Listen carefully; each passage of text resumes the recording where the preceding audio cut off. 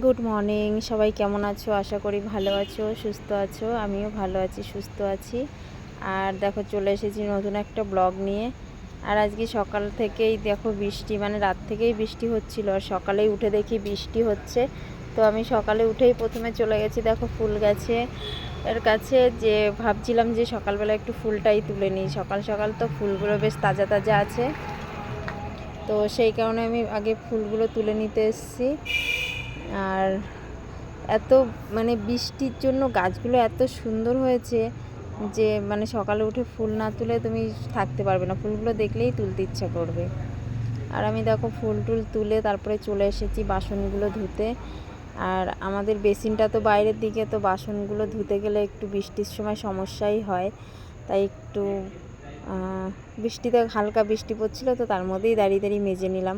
কিছু করার নেই, কারণ কি ভেতরে তো জায়গা নেই।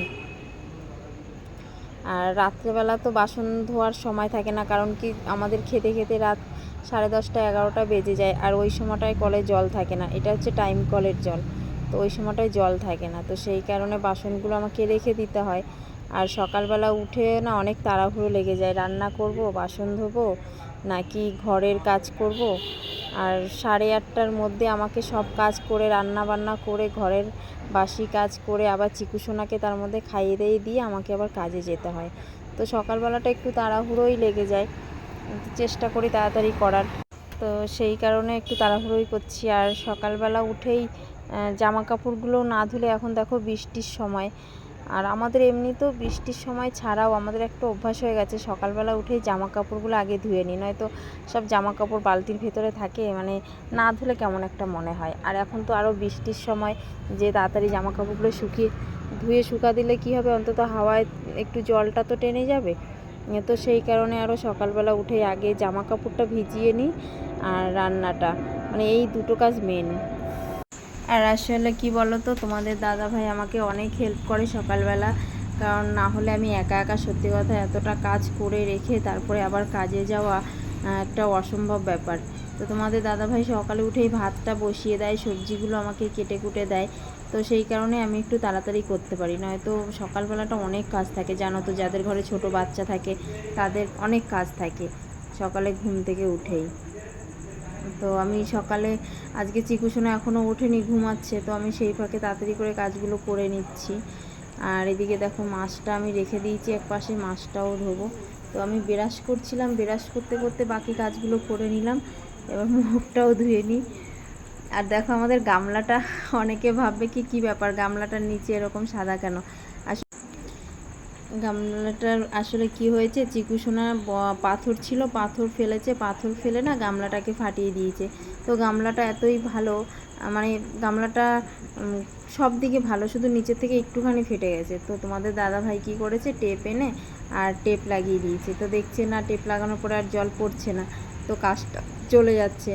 তার জন্য তোমাদের দাদাভাই বললো কি আর দরকার নেই। আর আমার দেখো সবই ভাঙা ছিল, যে টুলটায় বসেছিলাম টুলটাও ভাঙা। আসলে ওই টুলটায় আমার বাবাও সেদিনকে বসে টুলটাও ভেঙে গেছে। তো কিনতে হবে, যে 30 টাকার জিনিসগুলো নিয়ে আসে ভ্যানে করে, ওদের কাছ থেকেই নিই। তো ওরা আসছে না, দেখা হচ্ছে না, আসলেই নেব। আর আজকে সকালে দেখো লোটে মাছ বের করেছি, তো লোটে মাছটা কী সুন্দর একটা সাইজ, মানে একটা শেপে চলে এসছে। দেখো যে টিফিন বাটিটাই রেখেছি, তো একটা শেপ চলে এসছে, চৌকো একটা শেপ। আর সকালবেলাটা না এই হচ্ছে এক সমস্যা, মাছ ফ্রিজ থেকে বের করে মাছের বরফ গলাতেই সময় চলে যায়, তো এই কারণে আরও লেট হয়ে যায়। এই কী করি, আমি কলটাকে পুরো ছেড়ে দিয়ে তখন মাছগুলোকে তাড়াতাড়ি ছাড়াতে রাখি। মানে এমনি যে জলে ভিজিয়ে রেখে দেবো ওইটাতে অনেকটা সময় লাগে, তো আমি কি করি, পুরো কলটা ছেড়ে দিয়ে আর মাছ ছাড়াতে থাকি একটু একটু একটু একটু করে, তাহলে তাড়াতাড়ি হয়ে যায়। তো দেখো আমার মাছটা ধোয়া হয়ে গেল। এবার আমি রান্নাটা করে নেবো, মশলাও করতে হবে। সকালবেলাটা না লোটে মাছটা রান্না করতে অনেক সমস্যা, কারণ লোটে মাছের জল টানতে সময় লাগে, এই কারণে লোটে মাছটা একটু দেরিও হয়। যাই হোক, কিছু করার নেই, করতে তো হবেই। মশলা বাটতে চলে এসেছি আমি। তো আমি মশলাটা বেটে নিচ্ছি। অবশ্য মিক্সচার গ্রাইন্ডারে করা যেত, তো মিক্সিতে করতে গেলে আবার অল্প মশলা করব, তো শুধু একটু আদা বাটবো আর রসুন বাটবো, তো সেই কারণে আর মিক্সিতে দিলাম না, আমি শিলেই বেটে নিচ্ছি। তো আর এদিকে দেখো শিলে আদা থেতো করছি, আর আদা ছিটে ছিটে পড়ে যাচ্ছে, মানে তাড়াহুড়োর সময় তখন দেরি।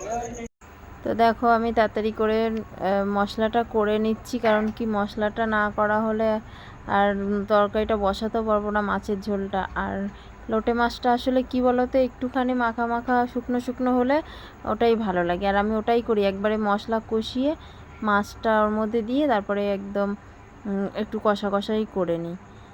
তো দেখো মশলাটা বেটে নিই, তারপরে মাছটা বসাচ্ছি।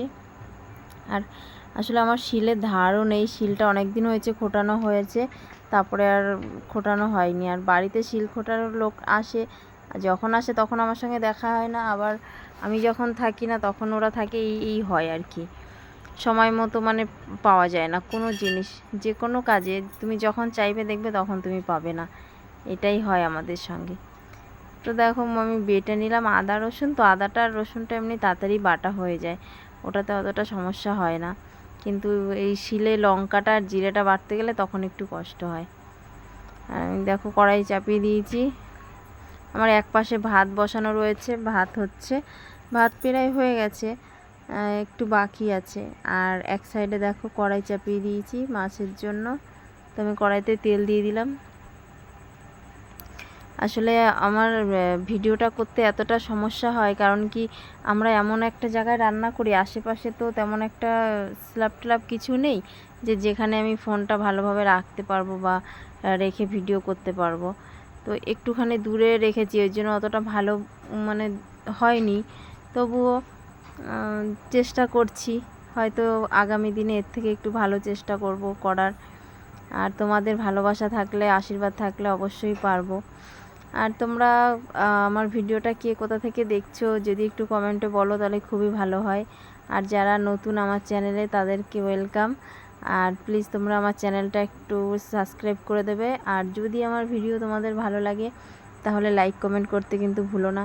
আসলে কি বলো তো, সব অনেকেই তো ভিডিওটা দেখে চলে যায়, কিন্তু একটা লাইক আর একটা কমেন্ট করতে কি লাগে বলো, এটাতে তো কোনো টাকা পয়সা কিছুই লাগে না, শুধু আঙুল দিয়ে একটা টাচ করলেই তো হয়ে যায়, তাই না? আর তোমরা যদি লাইক কমেন্ট করো তাহলে আমাদেরও মনে হয় যে না, আমাদেরকে ভালোবাসা দিচ্ছে, তখন আমাদেরও মনে হয় যে আমি আরেকটু সুন্দর করে ভিডিও করি বা আমি আরেকটু ভালো করে ভিডিও করি, এটাই মনে হয়। আসলে আমরা ঘরের বউ তো, আর বাচ্চা কাচ্চা নিয়ে একটা ভিডিও করতে কিন্তু অনেকটা কষ্ট হয়, একমাত্র যারা করে ভিডিও তারাই জানে কত কাজ, তার ফাঁকেও একটা ফোন ধরে সেই কাজগুলোকে ফোনে ক্যাপশন করে তারপরে আবার সেই ভিডিওটাকে এডিট করে মানে ছাড়া খুবই কষ্ট হয়। কিন্তু একমাত্র যে করে ভিডিও একমাত্র তারাই কিন্তু জানে যে কতটা কষ্ট হয়। হয়তো আমরা সবাই, আমিও যখন হয়তো ভিডিও বানাতাম না তখনও এরকম একটা ভিডিও মানে সুন্দর গোছানো একটা ভিডিও সামনে পেতাম আর দেখে যেতাম, ভালো লাগলে কমেন্ট করতাম, ভালো না লাগলে চলে যেতাম। কিন্তু যখন নিজে করছি তখন বুঝি যে কতটা কষ্ট হয়, তখন যদি কেউ একটা লাইক কমেন্ট করে তখন কিন্তু খুবই ভালো লাগে। আসলে যে কোনো কাজ আমরা নিজের জায়গায় দাঁড়িয়ে কখনো বুঝি না যে অন্যের সেই কাজটা করতে বা সেই কাজটা আর পেছনে কতটা খাটনি আছে বা কতটা কষ্ট আছে, এটা আমরা বুঝি না। একমাত্র যখন আমাদের নিজেদের উপরে হয় তখনই এটা আমরা রিয়েলাইজ করতে পারি। তো চলো তোমাদের সাথে কথা বলতে বলতে দেখো আমি মশলাটা প্রায় কষিয়ে নিলাম, আর মশলাটা কষানো হয়ে গেলে তার মধ্যে মাছটা আমি দিয়ে নেব। আর এদিকে এক সাইডে কি বলো তো, ভাতটা হয়ে গেছে, আমি নামিয়ে দিয়েছি, আর চিকুসোনার সুজিটাও করে নেবো, কারণ কি আমার তো আবার দেরি হয়ে যায়, তাড়াতাড়ি করে এইগুলো করে রেখে আবার কাজে যেতে হবে। তো সেই কারণে যতটা পারি ততটা তাড়াহুড়ো করার চেষ্টা করি। তো আমার মশলাটা কষাতে কষাতে আমি ভাবলাম যে এক পাশে চিকুসোনার জন্য সুজিটাও করে নিই।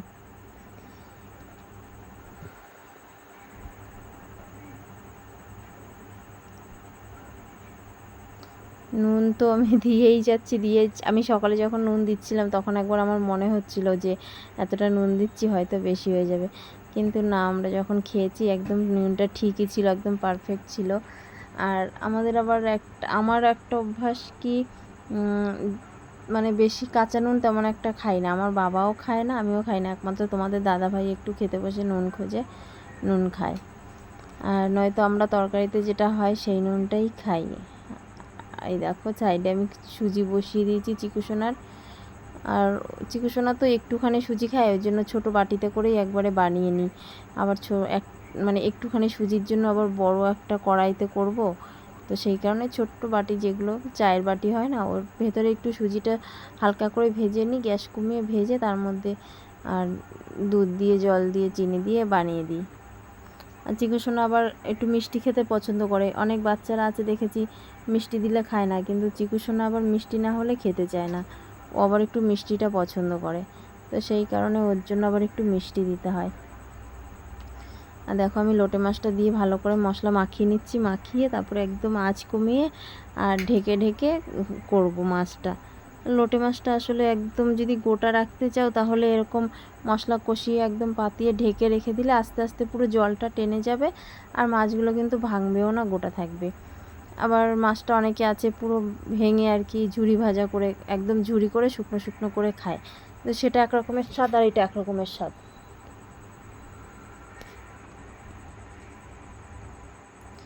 তো তোমরা কে কেমন রান্না করো, কিভাবে রান্না করো আমাকে অবশ্যই কমেন্টে জানাবে, তাহলে হয়তো আমিও তোমাদের মতো চেষ্টা করব করার। আর আমার রান্নাটা যদি তোমাদের ভালো লাগে তাহলে তোমরাও অবশ্যই বাড়িতে একবার চেষ্টা করবে, ভালো লাগবে আশা করি।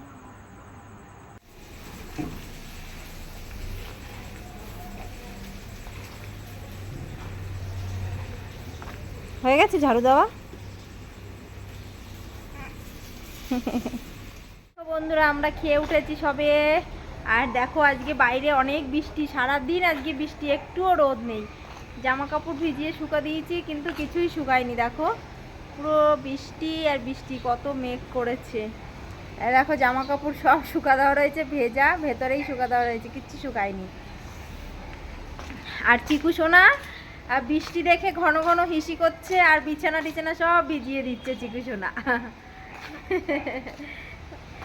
বাচ্চা তো, বাচ্চারা বৃষ্টি দেখলে আরো বেশি করে জামা কাপড় ভেজায়, আর সব জামা কাপড় ভেজা। দেখো কি করব জানি না, কি করে যে শুকাবো কে জানে। ও দেখি সিঁড়ি ঘরের লাইটটা জ্বালিয়ে দিয়ে, অন্ধকার হয়ে গেছে। শোনা শুনো, লাইটটা জ্বালাও তো, লাইটটা জ্বালাও তো। হ্যাঁ বাহ, দেখেছো চিকু সোনা কত কাজ শিখে গেছে। আরেকটা জ্বালানোই আছে, আরেকটা জ্বালানো আছে। চিকু সোনা এখন অনেক কাজ করতে পারে। চিকু সোনাকে যদি বলি চিকু সোনা এটা একটু করো তো, কি সুন্দর করে দেয়, তাই না সোনা? হ্যাঁ